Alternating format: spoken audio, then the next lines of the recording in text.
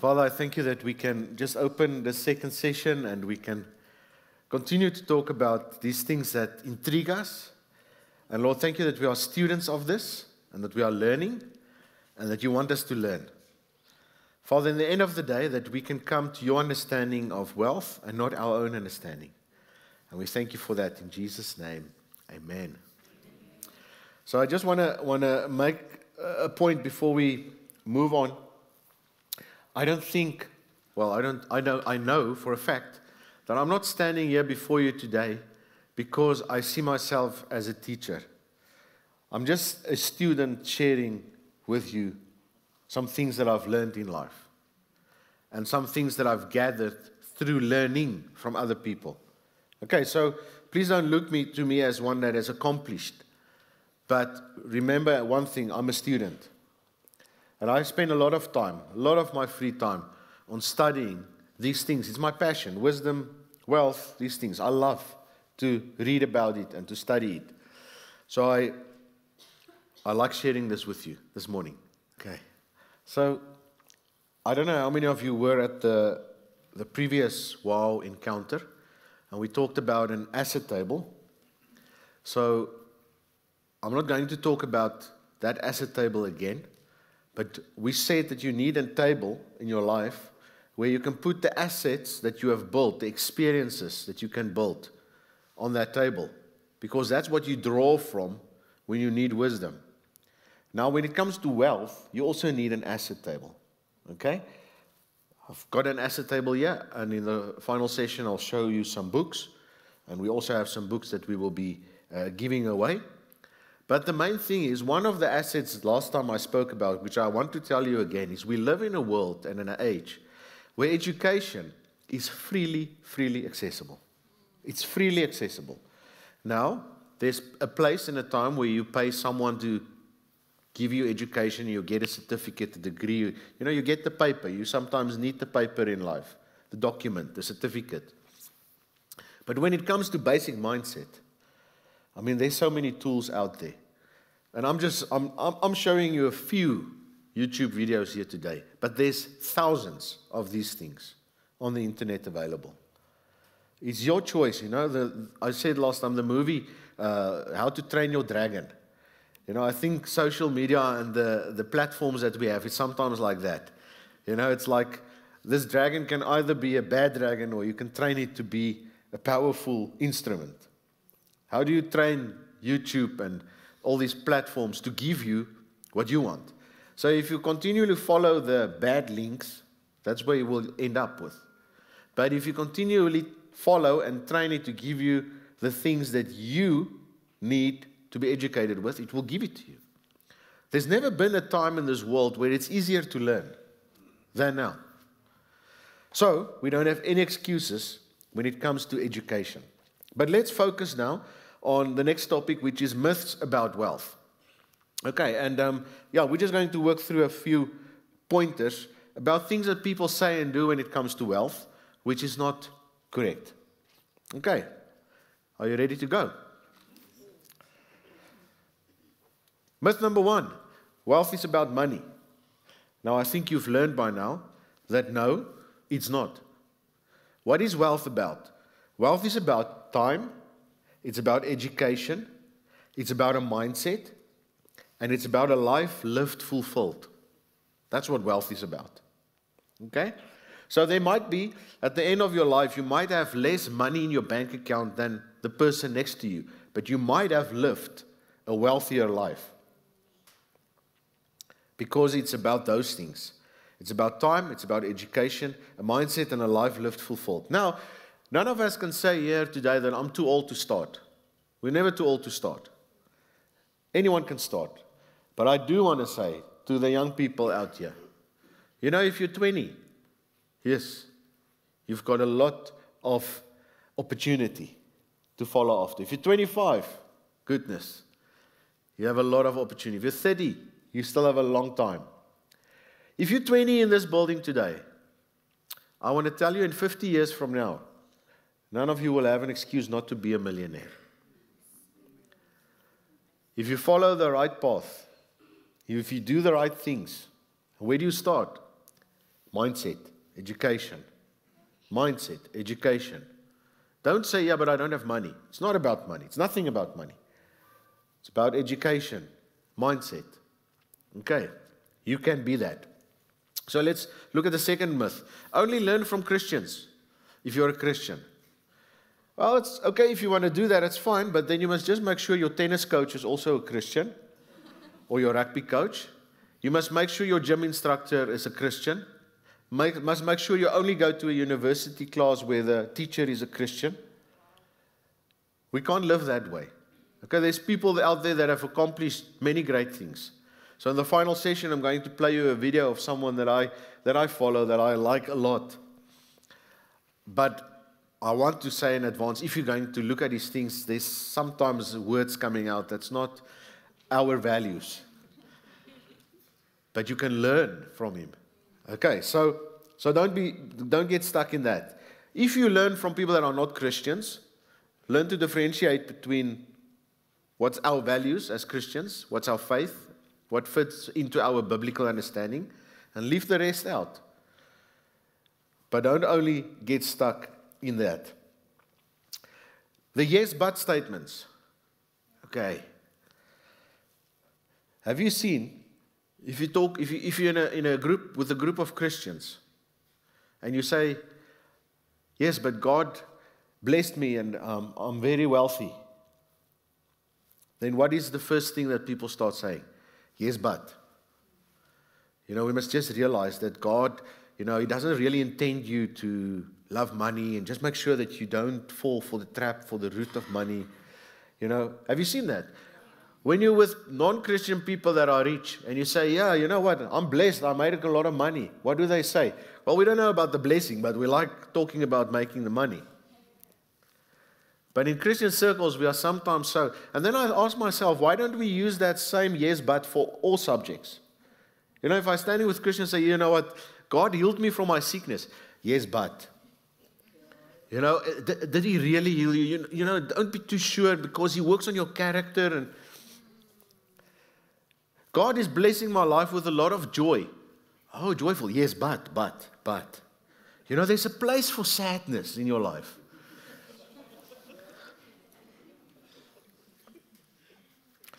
Okay, so don't live a little, live a lot. Now, so we must be careful for the yes, but statements, and I do agree that there's always a balance. But we must be careful, because it feels to me that many times we're talking out of our fears and our religion. And if we're Christians, we don't have a religion. We have a living relationship. Okay, so we can be bound sometimes by our religion that makes us say, yes, but. Let me leave that there for you to ponder about. So leave saving and entrepreneurship for later to enjoy life now. Guys, you need to start now. I like Dave Ramsey when he says, change. So I'm saying, start now. No, but I'll do it for a bit later. I just started work now. I'm earning a salary. I'm just going to spend time and enjoy my salary for a while. I'm just going to live that way for a while. The problem is, if you don't start saving, working, building wealth as soon as possible, the older you get, the less energy you will have to do those things. How many of you sitting, and you don't have to raise your hands, but how many of you sitting in this auditorium have to support your parents? And why is that? You can't expect your dad, if he's 70 years old, to be out there working and grafting, so you support him. So I'm not criticizing your parents, but I'm saying to you, you will not be able to work when you're 70. Are you going to be dependent on your kids? Well, I am. They know I am. I can't wait for that day. No, I'm joking. We are so blessed. Me, on our family, my dad and my mom, they look after themselves. We manage for them what they have. That's a testimony. It doesn't happen very often in life. So if you're young here, make sure that you don't end up one day that someone else has to look after you. You cannot work when you are older. You cannot start entrepreneurship when you're older. Now, I'm saying the opposite. You can if you're 75 and you still have a young and a bright mind. But don't wait until then to start trying to build something. Start now. Start early. Run strong with it. Okay, less Netflix, guys. Less Netflix. And more Dave Ramsey. And all these guys. Okay, this one we have talked about. God does not expect you to be rich, true. But He certainly does not want you to have lack and live in poverty. The problem again with poverty is, it's a struggle to survive. And those of you that come from households that knows the amount of time you have to spend on warming yourself, trying to get something to eat, just trying to cook something if there's no electricity, whatever the situation might be, will clearly understand how difficult it is. You know, we sometimes, if you're from a more affluent environment, you would sometimes say, yeah, but why don't they get a job? They don't have time to work because they're working all day. What are they working on? Survival. It takes time to survive. You don't just sit under a tree and survive. If it's winter and it's cold, you have to work very hard if someone else doesn't give you electricity that you can switch on a heater. If there's no food in the cupboard, do you know what hard work it is to try and go and find something, even if it's begging, on an empty stomach? That's hard work. Your 8 hours at work in your office is not hard work. So I think we must realize the magnitude of what poverty really is about. Poverty is actually about a group of people that really works hard every day just to survive. That's never God's intention. Never. That is a curse that must be broken over people's lives. People need to enter to a place where they live wealthy enough that they can focus on creating and delivering value, not surviving day to day. That's God's idea of wealth. God's idea of wealth is not so that we all drive Ferraris. That's not His idea of wealth. Now, I'm not saying that you shouldn't drive a Ferrari. When should you drive a Ferrari? I'll tell you when. I told my wife, you know, when we are going to fly business class, I am going to fly business class in my lifetime, but not yet. But the day that I have so many valuable assets, that the interest that I earn from those assets cover within an hour or two the cost of that flight, then I'll pay for that business class. If I get to that place. Where I don't even look at, oh, yeah, but no, what am I going to eat tomorrow because I bought a business class flight? I'm definitely not going to buy it on credit.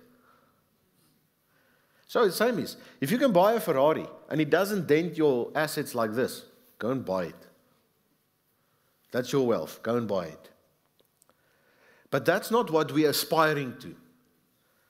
What I'm talking here today is about wealth, is living a life, not just of much money, but being able to live. Being able to take opportunities.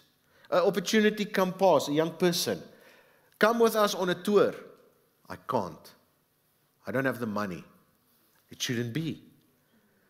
That's what we saw in the earlier scriptures that we read. There must always be enough so that our young people can say yes to opportunities. So that our young people can say, yes, I'll do that. Yes, I'm coming. Yes, I'm studying this. Yes, I'll sign up for the program. But if there's lack and we have to go and say, I can't because I have to go and gather wood. That's not God's plan. Because we cannot grow as a person. Okay, so God does not expect you to be rich. but He doesn't want you to lack. So if you live in Africa, if you live in South Africa, and I'm saying that because we have friends from the US, okay, we are taught by media, government, and every voice out there that there is not enough. Why are you saying that, Saki? Well, do we have enough electricity? No. Do we have enough work, employment? No. Do we have enough water? No. Is that true? No. It's the management of the water. It's the management of the electricity. It's the management of the economy. Okay, now I'm not signing up now to have you vote for me in the next political election. It won't be that good. But the problem is we are continually being told, it's not enough, there's not enough, there's not enough, there's not enough. And the little that we have, we must take from one another. You know, we have a small cake, and then we must take your piece of cake, so that I can have something. That's the message of the media in our country. And what do we believe? Oh, there's not enough. Oh, there's not enough. And we are continually bombarded with this. And what does God say? Having all sufficiency in all things, always. Again, that scripture, you know, do not run after riches, but cease from your own understanding of it. So if we read the newspaper, you will have a certain understanding. So the rich can afford electricity because they can put up a solar system, and the poor cannot have it. No. It's because of the lies that we are believing. And we must ask ourselves, how can I move into that space where I have enough? How can I move into that space where I have enough? And we need to learn to differentiate between the truth and the lie. Because the lies is keeping us bound. The truth wants to set us free. So if you go and study in the Bible, you go and look at all the faith heroes. I mean, if you start even with Abraham, and you look at Isaac and Jacob, and you go further and you see the Ruth and Esther and Rachel and Leah, and you look at Daniel and you look at David, go and study those people's lives. None of them had it easy. None of them had it easy. Okay, most of them lived in strange environments. I mean, Abraham was called from his country to another place to go and live there, in a place that he doesn't know. Daniel, he was basically by force taken from his homeland, putting in the Babylonian Empire. Esther, I mean, I don't think her lifelong dream was to marry a heathen king. She just wanted to be in her family, and there was maybe a young man there that she had an eye on. Where does she end up in?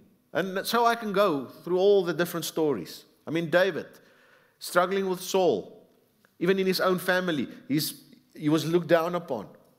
There's no one in the Bible that we read and we elevate today and say, these people are faith heroes that had it easy. But what was the difference? Mindset, attitude, education, grit, saying, I don't accept this. And where did they end up? Where did Joseph end up? Where did Daniel end up? They ended up wealthy where? In what? Strange circumstances, foreign environments. God wants us to be wealthy, but He wants it to give it to you in a way where you are creative, where you learn, where you identify opportunities, and where you move forward in life. Don't expect it from government. Don't expect it from the person next to you. Expect it from God. and put yourself in a position where you can understand. Because again, God cannot give you something that you don't understand. He can only trust you with something that you are able to manage, that you are able to steward.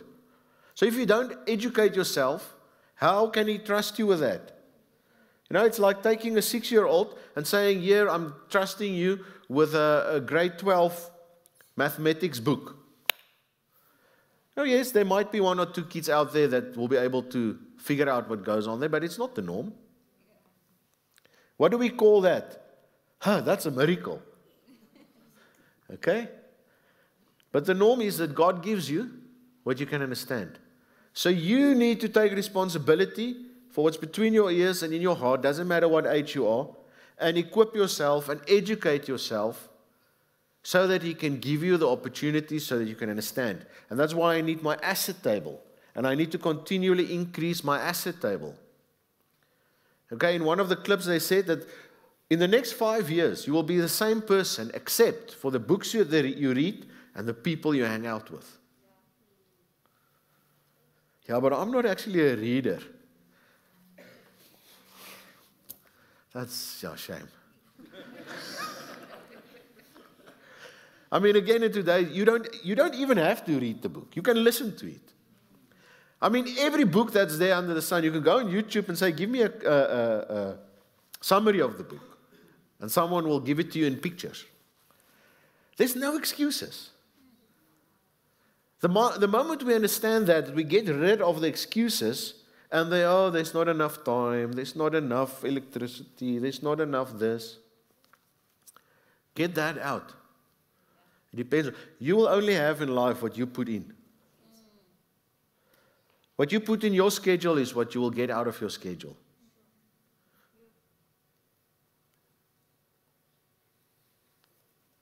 Okay. You still with me? Okay, we said this earlier. Your health is more important than your health. But even more so, your health is more important than your wants. Because part of the problem when it comes to wealth is that we want things that we cannot afford. And what has that got to do with health? Because then we have debt and we lie awake at night and we stress about, oh, that holiday was nice, but now how am I going to pay for it?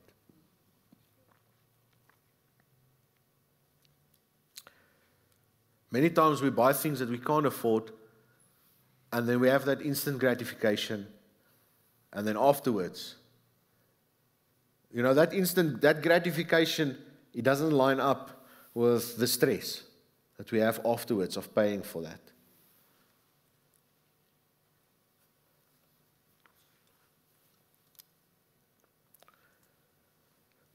I don't have enough time. Okay? Why not? Yeah, but I can't equip myself to be wealthy, Saki. I can't study, I don't have time. Okay, why not? Life is about mathematics. And you have a certain amount of hours. And you have a certain amount of energy. And you have a certain amount of capacity. And you have to find ways in that energy, time, and capacity to make time for equipping yourself. How much Netflix do you watch? That's a good time to educate yourself.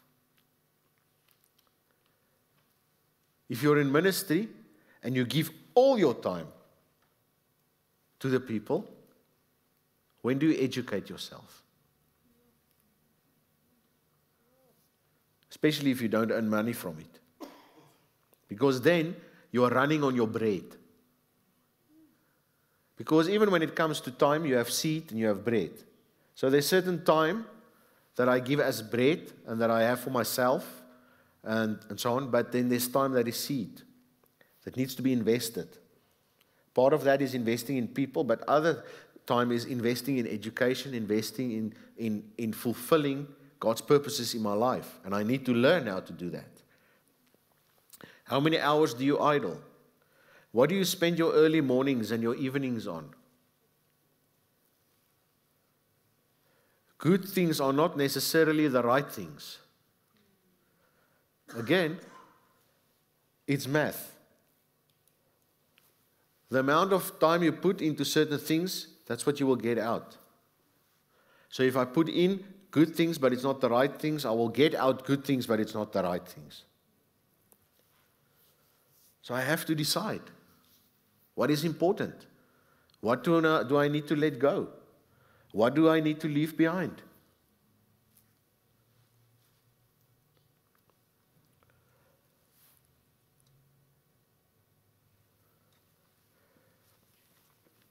I am born wrong.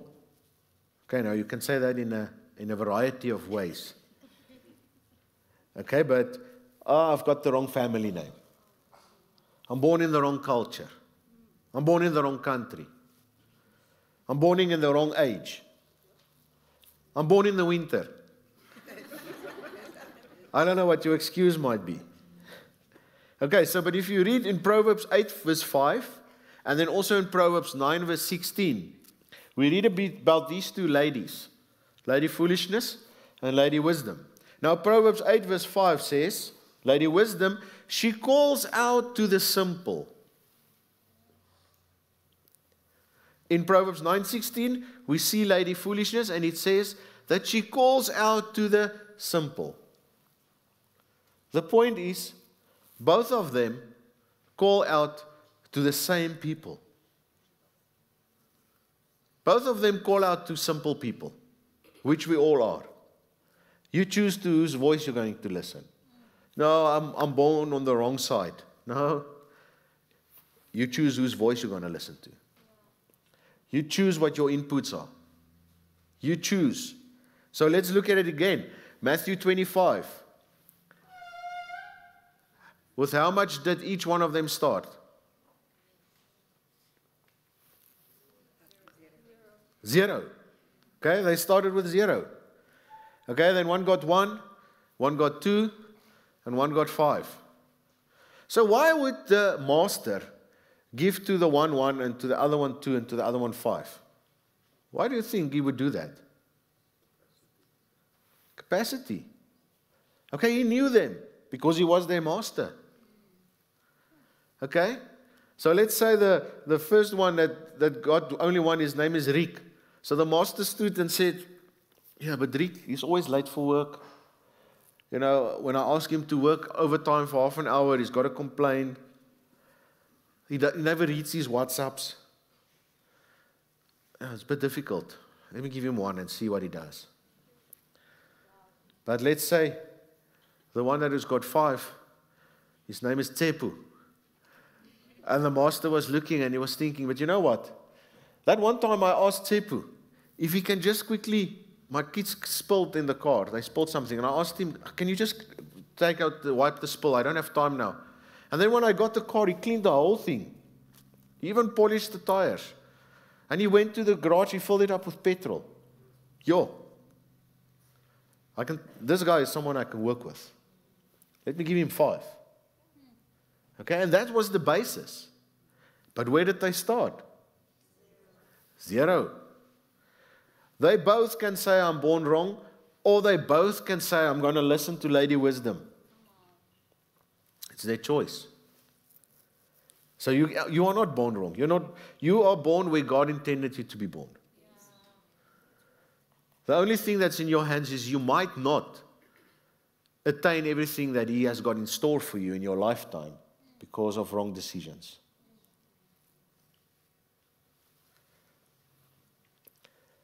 Let's move on a bit. If only I can get my hand on a large sum of money, I will probably lose it just as fast. You will only get what you can handle. And if you do get something that you cannot handle, you will lose it. And it happens daily in the world out there. There are people that get lucky, that they lose it overnight. Okay, but the ones that can manage it, they build it over time.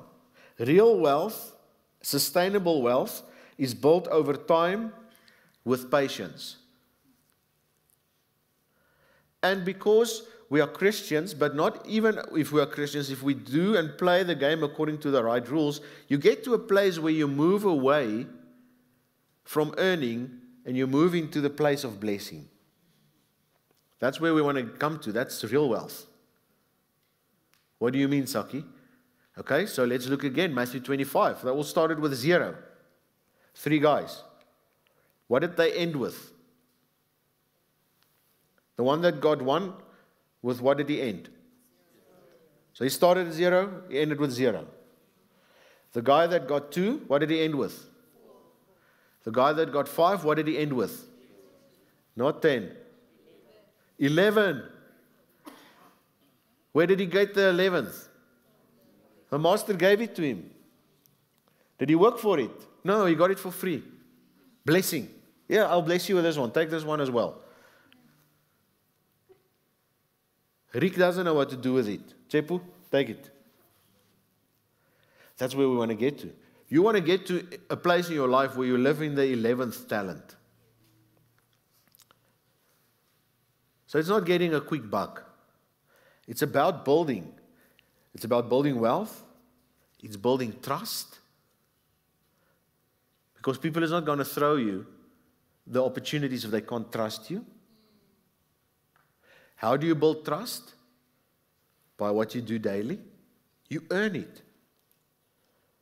Okay, the proverb says that a good name is of more value than silver and gold. Why does he compare it with silver and gold? Because it can give you more than silver and gold. It can take you to the 11th blessing, a good name. But do you know how difficult it is to build up a good name? Is you have to be consistently doing good things. Do you know how easy it is to build up a bad name?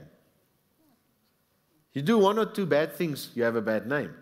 But you need to do 100 and 1,000 good things that people can say, you're really trustworthy. But that's life. So do the right things.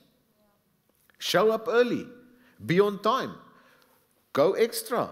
Walk the extra mile.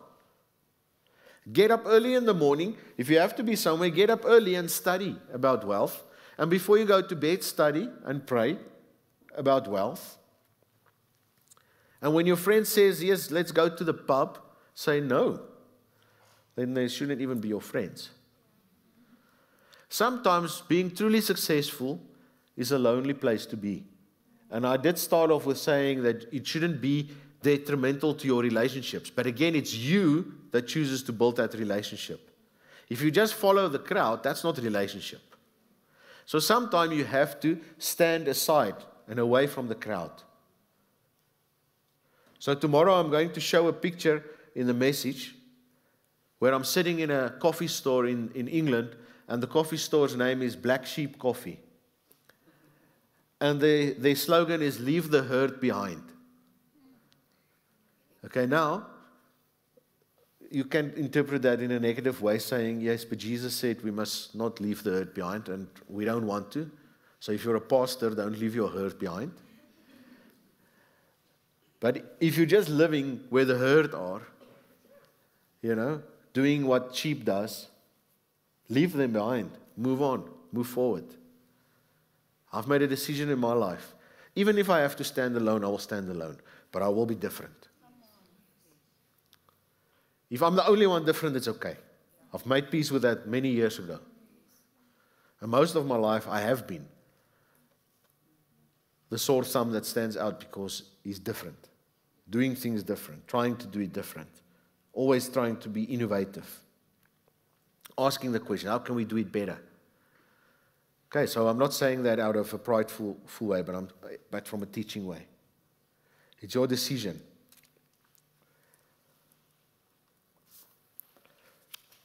Let's move on. I cannot afford it.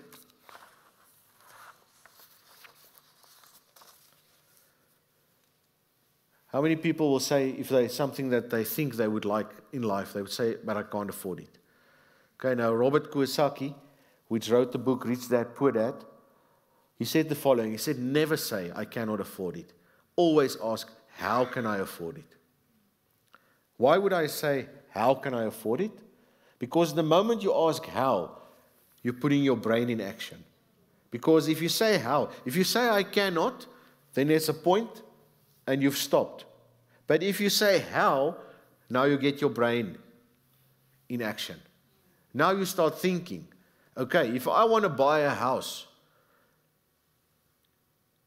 next to the coastline, first of all, what does it cost? You see, I'm starting to work now. I'm getting my brain in the game. Okay, what does it cost? Ooh, okay, it's a big amount of money. How will I get to it? Well, maybe if I save like this for 30 years, if I can start a business. I'm not saying you might even end up not getting to that thing. But you will learn a lot of things in the way. And I've seen in my life that going after a goal, by the lessons I learned, there will come a place where I will say, well, that's not the goal anymore because of what I know now. The goal has changed. Now I pivot into another direction. But the point is, how can I? Starts opening the conversation. It gets your mind in the game. And that's what we need to do. Stress steals your creativity and fear clogs your heart and your mind. So get rid of the stress. How do I do that? Get rid of debt. Set up your emergency fund. Pay off the debt. Deal with instant gratification. Yeah, but I want this thing. I want this thing. I want this thing. No, if you can't afford it, leave it. Why? Because it's going to create more stress. And when you have stress, it clogs your heart and your mind. And when your heart and your mind is clogged, you cannot use good opportunities because you're living in the space of fear. Okay, so stress steals your creativity. It creates fear. And when you're also fearful, then you won't take opportunities because you're always scared. So to get the basics right, what are the basics?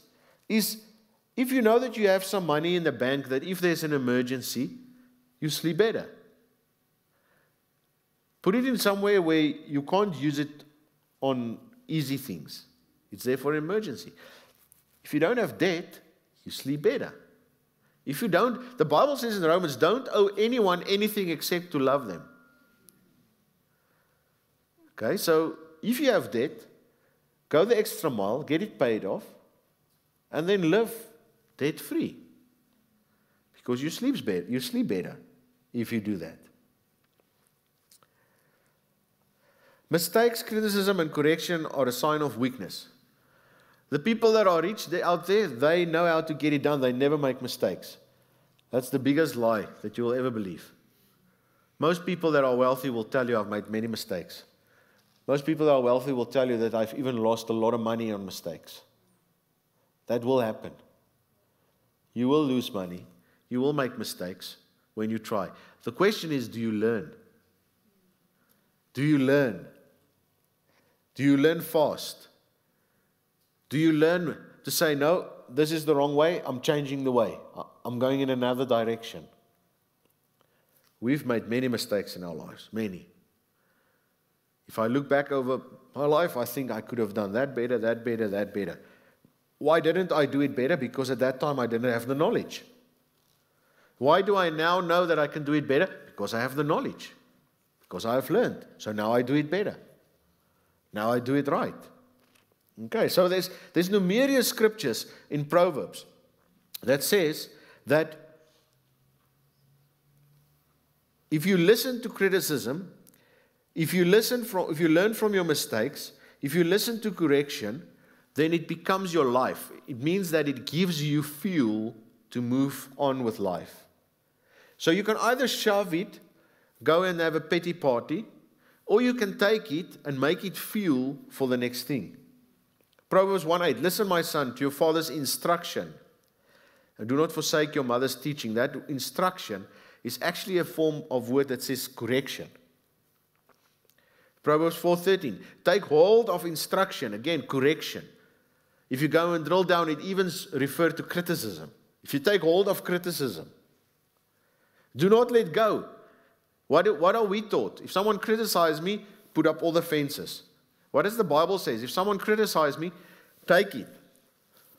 Let me see how I can change and be a better person.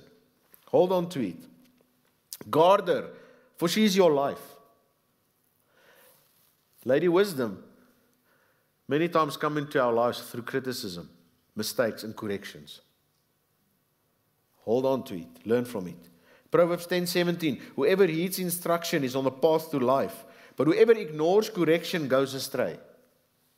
Proverbs 12:1. Whoever loves discipline loves knowledge, but whoever hates correction is stupid. That's pretty straightforward, no? Proverbs 13:18. Whoever disregards instruction will be impoverished and ashamed, but whoever heeds correction will be honored.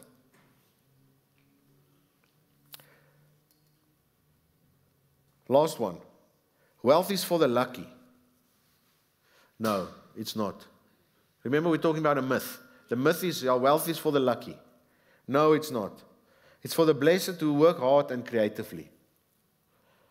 Remember, only hard work will not make you wealthy. You need to be innovative. You need to be creative. You need to be clever. How do I do that? I get my mind in the game. Get your brain in the game. How do I get my brain in the game? I open myself up for correction, studying, taking some risk, making some mistakes, reading, listening, talking to other people, surrounding myself by the right people.